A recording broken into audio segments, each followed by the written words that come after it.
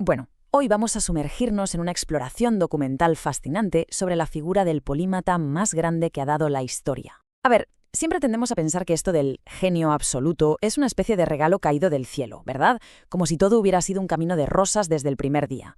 Pero la realidad es muchísimo más interesante. Vamos a trazar el recorrido de una mente irrepetible, desde los orígenes más humildes imaginables hasta alcanzar la cima del intelecto humano. Y ojo, que nos basamos estrictamente en los hechos históricos que forjaron a este genio, nada de mitos. Y claro, esto nos lleva a la gran pregunta: ¿cómo es posible que un niño que literalmente nació con todo en contra acabara convirtiéndose en el gran referente del ingenio humano? Es que esto rompe por completo nuestros esquemas sobre las barreras sociales.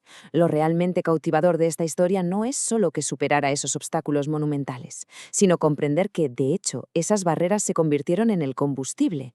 Fueron la fuerza motriz exacta que impulsó un nivel de logro humano que, sinceramente, siglos después sigue sin tener rival. Sección 1. Orígenes de un genio. Y aquí es donde tenemos que hablar de la palabra bastardo. En aquella época, nacer fuera del matrimonio no era un simple detalle biográfico, para nada. Era un sello que marcaba tu destino por completo. Implicaba un estigma tremendo y barreras muy reales.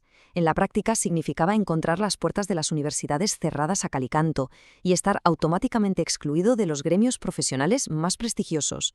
Hay que entender este punto de partida tan sombrío, porque es literalmente el muro de hormigón contra el que este niño se estrelló nada más llegar al mundo.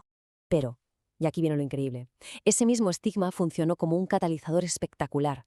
Al no poder acceder a las vías de aprendizaje tradicionales y quedarse fuera de la instrucción clásica que formaba las élites, surgió una necesidad brutal de buscarse la vida, de aprender por otra vía.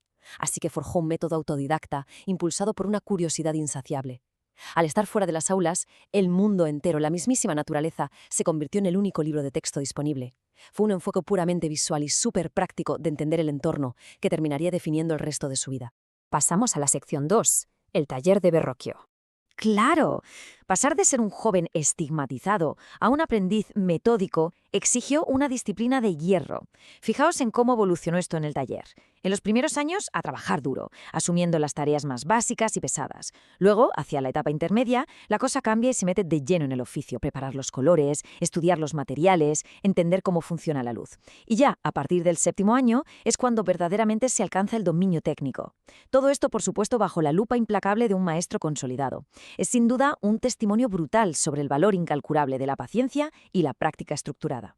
Y ojo, porque este proceso de aprendizaje ocultaba una verdadera alquimia. Todo arranca con el primer paso, una observación pura, atenta al entorno y a las obras que ya existían.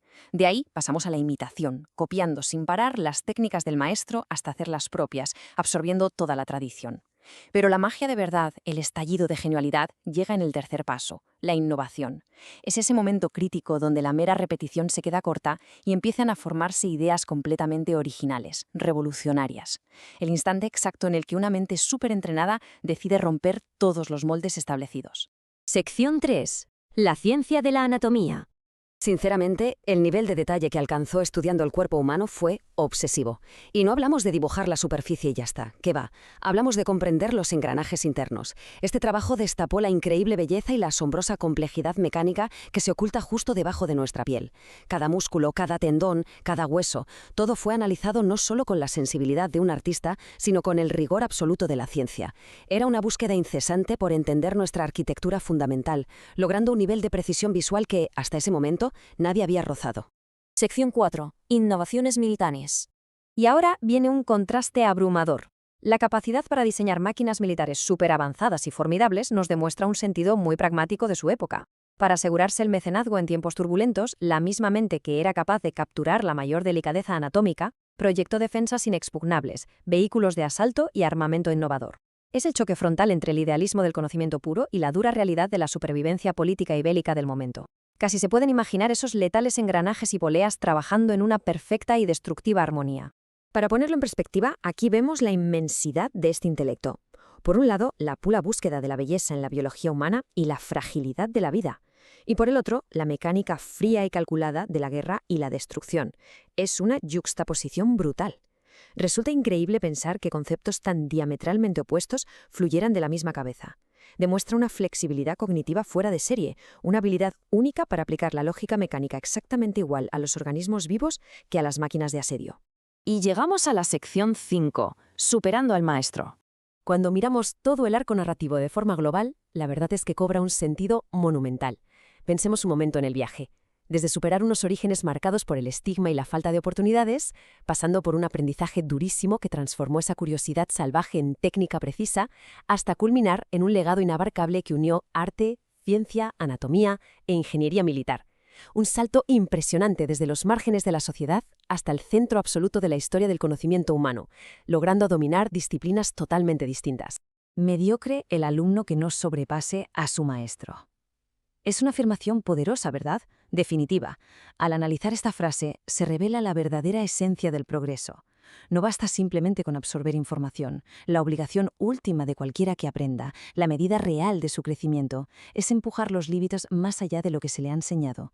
Y esto nos deja con una pregunta bastante profunda sobre la mentoría y nuestro propio potencial. Frente a las enseñanzas que recibimos, ¿nos conformamos con la mera repetición o buscamos la verdadera trascendencia? Es sin duda un pensamiento provocador que nos invita a mirar nuestra propia trayectoria con una ambición completamente renovada.